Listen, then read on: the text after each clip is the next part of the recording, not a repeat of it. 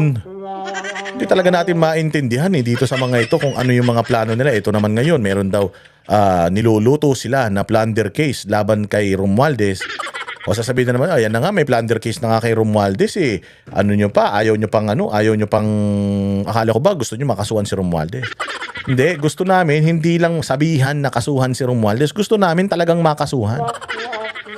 Oo, hindi yung puro amba, hindi yung puro pangako. Gusto namin makasuhan talaga. Tsaka gusto namin makita na makulong. Katulad nung ginagawa ninyo kay Senator Bong Revilla. O hindi ba nagawa ninyo kay Senator Bong Revilla? Ang bilis-bilis. Bakit ito ang tagal-tagal? Kaya nga doon mo makikita na yung nangyari dito kay Senator Bong Revilla. Ano talaga yan? Fast track nila yan para lang ma-eliminate yung kanilang pwedeng makakalaban dyan sa politika sa Cavite. Sabi ko nga sa inyo. Si Lacson, Remulla, puros mga ano yan. Puros mga tiga Cavite yan. Yung DOJ Secretary, puros mga taga Cavite yan. So talagang Cavite politics, Cavite connection talaga yung nagpakulong dyan kay Senator Bong Revilla. Kaya sabi ko nga, hindi ko naman sinasabi na walang kasalanan si Senator Bong Revilla, pero ang gusto lang natin patas. Kung kinulong siya, lahat ikulong yan. Ikulong yan si Romualdez o kung kung ito talaga si Chis Escudero, may ikulong din. Maganda nga lahat ng mga binanggit na pangalan ng 18 Marines, maganda lahat ikulong na eh. Di ba? Para matapos ng lahat na maubos yung mga magnanakaw sa Pilipinas, baka sakali makulong yung mga yan ng mga 10 taon o di mawala ng 10 taon na magnanakaw dito sa Pilipinas. O eto na naman. Regarding sa mga salin, di ba? Sabi ko nga sa inyo, salin naman ng kongresista hinihingi niya. Si Boying Remulla bumabaliktad na ba? Si Boying Remulla unti-unti na ba na nagpapabango sa susunod na magiging administrasyon? Kasi parang pati yung mga congressman kinakanan niya na. Teka. Anong meron? Tapos ibibigay na rin daw niya yung salin ni VP Sara. Ibigay niyo na. Tsaka yung salin naman na yan, ano yan publicly available naman yan. Ba't kailangan ibigay nyo pa? Ba't kailangan i-press ko nyo pa na ibigay nyo na para magsimula na yan? Walang iya kayo. Ano ba itong balitan tong salin? Pero tama yan, ilabas ang lahat ng salin ng mga ng mga congressman. Sana lang, Boying Remulla, hindi ka lang puro salita. Sana lang, Boying Remulla, hindi ka lang puro amba. Sana may mangyari talaga. At anyways, tingnan natin kung kilalang kilala ang mga Remulla sa pagiging traidor at pagiging balimbing. So nagsisimula na ba sila na bumalimbing? Pagsisisihan kaya ni Bongbong Marcos na inilagay niya ito sa posisyon? Pare-parehas naman sila kasing traidor. Yeah, may sabihin na nga ang House Kongreso at ito po'y tinanggap namin at bibigay namin ang salin ni VP Sara. Kami po ay may sabihin na rin na binibigay sa House tungkol po sa salin na yun. Yes, sir. Salin ng isa sa mga empleyado ng Congress, ngunit ayaw po tanggapin ng Congress. Bakit isa lang? Sino na naman yan? Nitpicking na naman yan. Dapat lahat sila. Pero akala ko ba publicly available ang salin? Ba't kailangan nyo pang i-request? Hindi ba yung salin na yan, nakalathala yan?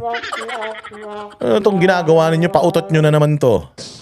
Ang sabina na aming ipinapadala ayaw tanggapin ng security. At ito, public notice lang po. Susunod na gawin po sa amin to ng Kongreso, I will cite the Secretary General in contempt. At hindi ko may papayag na baliwalain nila ang Office of the Ombudsman.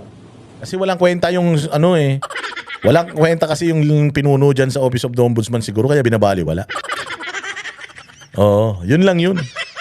Nagtaka ka pa. Alam mo naman wala kang kwenta eh. Ba't ka nila papansinin? At ang sapinang yon ay nauukol kay Safronio Dabunada, isa sa mga House employees. Ang ranggo niya yata ay Deputy Secretary General.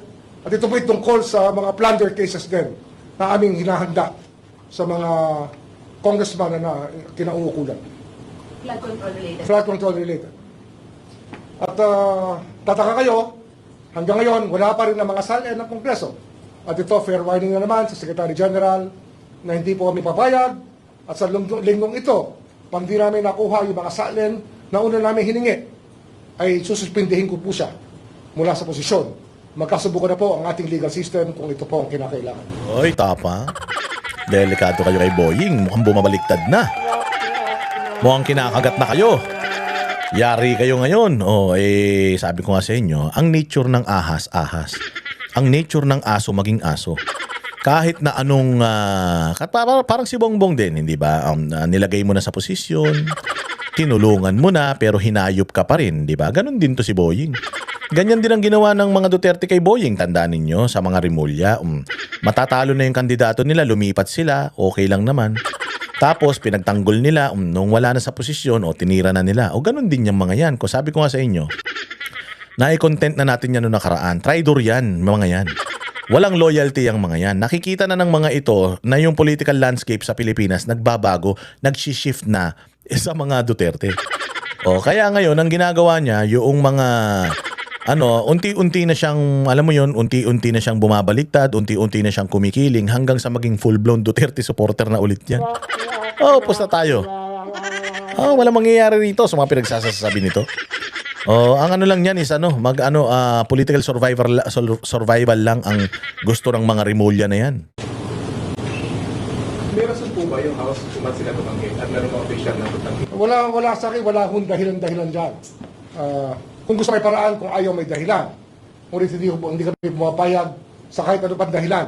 Sapagkat sa sapina ng ombudsman ay sapina po ng batas. Dahil mo alam. Kalokohan mo. Wala na naniniwala si Boying. Alam na ng buong Pilipinas na na traitor kayo magkapatid. Wag ka nang umarte dyan. Kami ang boses ng masa, hindi natatakot. Katotohanan lang, di kami nalulunod. Walang bahid ng sismis, lahat ay totoo. Kahit sino ka pa, pag mali ka babanatan ka. Walang pinipili kulay, wala kaming kinikilingan. Basta para sa bayan, kami lalaban. Pag tama palakpakan, pag mali matatakot para sa bayan, tuloy ang sigaw. Sa harap ng kamera, walang halong takot. Mga baluktot, lahat kayo'y tutumba. Ang hustisya at totoo, yun lang ang mahalaga. Kahit sinong harang, di kami matitinag. Walang pinipiling kulay, wala kaming kinikilingan. Basta para sa bayan, kami lalaban.